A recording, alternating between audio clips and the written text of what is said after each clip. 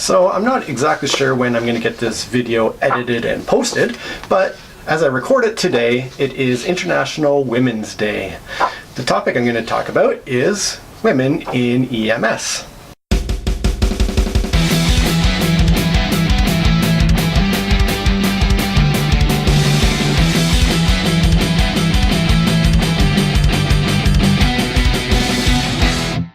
Hey, it's Josh, and I'm wearing my EMS shirt again, which means it's time for me to talk about yet another paramedic-related issue.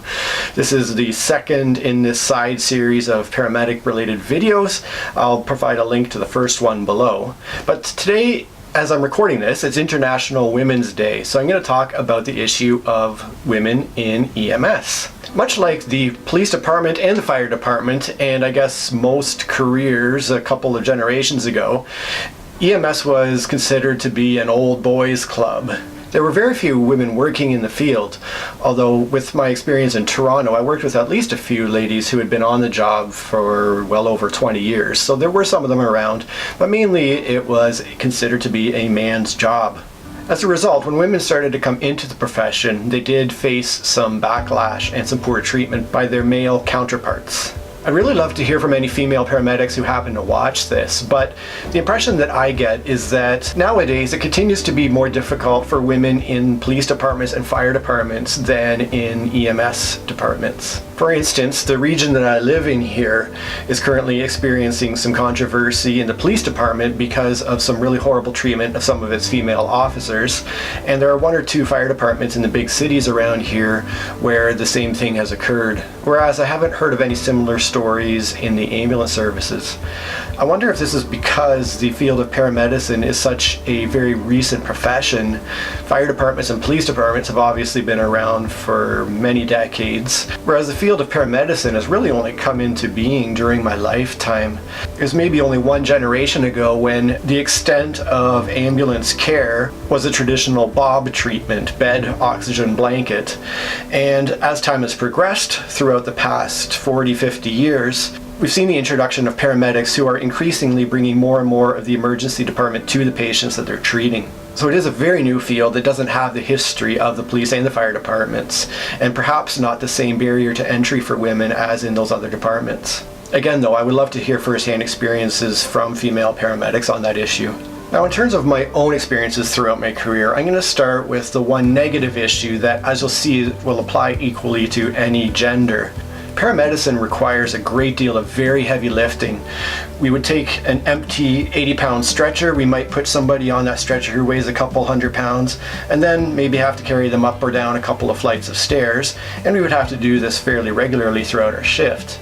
I saw one study that said that paramedics do an average of 800 pounds of lifting per shift, although that's going to vary widely depending on an individual service's call volume. You're going to do more than that, I'm sure, in a very busy service. But all this heavy lifting inevitably leads to physical health problems. I know that I personally have had issues with injuries to shoulders and to my back. Some of the injuries were minor enough that I just filled out some paperwork in case it became an ongoing problem and then got right back to work. Some of them required time off of work to go to physio and rehab and get myself back together again. But despite all that, I still have chronic problems with my back in particular. I haven't lifted a stretcher in over 5 years, but I still have really horrible back problems. Every morning when I wake up, pretty much the first thing I notice is how much my back hurts, and I have to stretch out a bit before I get out of bed. So the job requires very physically strong people. Obviously, with women having a disadvantage of not having testosterone and the muscle mass and strength that men will more typically have, it becomes an even greater challenge for them. Back in early 1999, when I was in the process of getting hired with what was then called Toronto Ambulance, all of us who were trying to get onto the department had to go to a private company for some really extensive physical testing. However, I was in, if not the last, one of the last groups that had to go through that particular testing before they really decreased the physical standards that were required to get on the job. What I was told is that they wanted to hire a lot more women, and so they wanted to decrease those physical standards in order to be able to do so. Now, obviously this is extremely problematic because you end up hiring people of all genders who perhaps can't lift as well as they should, which for me leads to a concern about physical injuries. I know I would occasionally work with a fairly petite woman partner, and during the shift I would intentionally take all the heaviest lifts.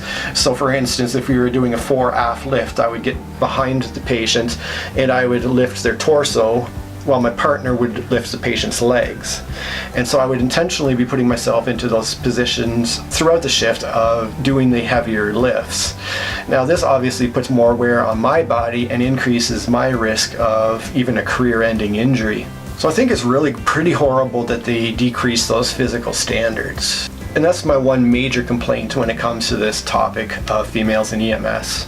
However, that aside, I will say that my very favorite partners to work with were female partners, as long as they could do the lifting that was required and weren't putting me physically at risk. The reason that I preferred to work with females is that there were several advantages depending on the types of call that we were dealing with. For instance, if we had to deal with any obstetrical or gynecological issue, it was obviously a huge advantage to have a female partner who could assess the female patient and leave the patient feeling less uncomfortable than perhaps if I was assessing her. Another example is dealing with psychiatric problems. The one exception to transporting patients that we always had was that we were never allowed as a male paramedic to be alone in the back of an ambulance when our patient was a female who was dealing primarily with a psychiatric problem. In those instances, we always had to have either a female paramedic in the back of the ambulance with the patient or more than one male paramedic in the back of the ambulance. One other thing I kind of wonder is, from a patient's perspective, is it more comforting for them to have a female paramedic look after them? From an evolutionary perspective, obviously we see women in particular as a motherly, caring role, and there may be something psychological to a patient feeling comforted by having a female paramedic taking care of them. I don't know. And for me personally, there was nothing worse than having to spend 12, 13 hours sitting in an ambulance next to a typical bro who had to comment on every female that was coming out of the clubs at 2 a.m. on a night shift, or, dealing with that BS.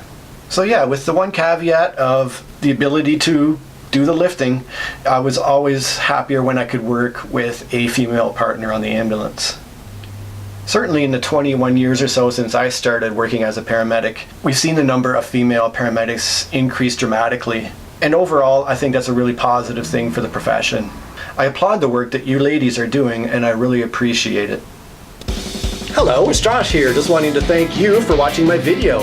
If you want to support what I'm doing, it would be awesome if you'd leave me a like, a subscribe, and if you'd share this video with one person that you think would find it interesting. Cheers.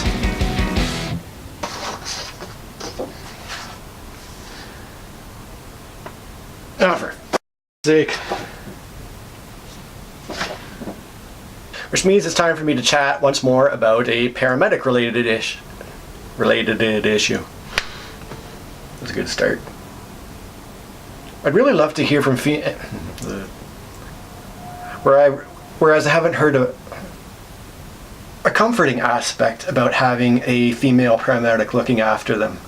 Paramedic. What else did I want to say about that? I had to comment on I applaud the work that those ladies are doing, and I really